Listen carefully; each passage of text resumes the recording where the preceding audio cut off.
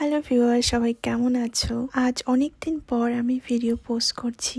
Last ভিডিওতে আমি বলেছিলাম যে আমি নিজের বাড়িতে এসেছি আর রিল্যাক্সে আছি, তাই আমি 1 মাস কোনো ভিডিও পোস্ট করিনি, শুধু আমি এনজয় করেছি। দেখো, যখন আমি এসেছিলাম 1 মাস আগে আমার বাড়ির সামনে ছিল সবুজ আলু ক্ষেত। তখনই ভাট ফুলগুলো সবে হচ্ছিল। আর দেখো, এটা আমাদের গাছের কুল ছিল, আমাদের গাছের জবা ফুল, আমাদের গাছের মিষ্টি কুল, নিজস্ব ক্ষেতের লাউ, সব কিছু ছিল। আমাদের উঠোনে সেই গাছটাতে অনেক অনেক আমের মুকুল এসেছিল। এই 1 মাস যে নিজের বাড়িতে কি করে কেটে গেল আমি বুঝতেই পারলাম না। একদিন বাবার সঙ্গে একটু ঘুরতে বেরিয়েছিলাম। দেখো, এটা বাবার সাথে আমরা একটু লং ড্রাইভে বেরিয়েছিলাম, আমি আর বাবা। গিয়েছিলাম একটু মদনমোহন মন্দিরে, তারপর আমি আর মা একটা কাজে গিয়েছিলাম কলকাতাতে, তারপর গিয়েছি শিলিগুড়িতে। এই 1 মাসের মধ্যে আমি ঠিক ভালো করে বাড়িতে থাকতেই পারিনি।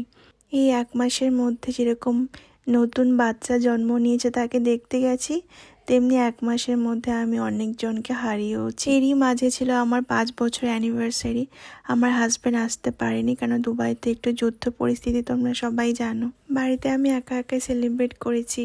স্টেশন মোড়ে আমাদের কোচবিহারের ফেমাস চপ খেয়েছি, আমি অনুষ্ঠান বাড়িতে গিয়েছি, আমি কোচবিহারে বাজারেও করেছি। সমস্ত কিছু একটা ভিডিওতে তোমাদের জন্য তুলে ধরলাম।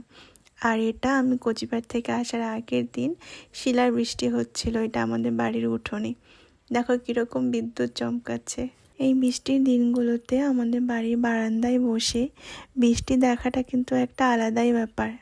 আর এটা ছিল সেই দিন যেদিন আমি কোচবিহার থেকে চলে এসেছিলাম দিল্লিতে।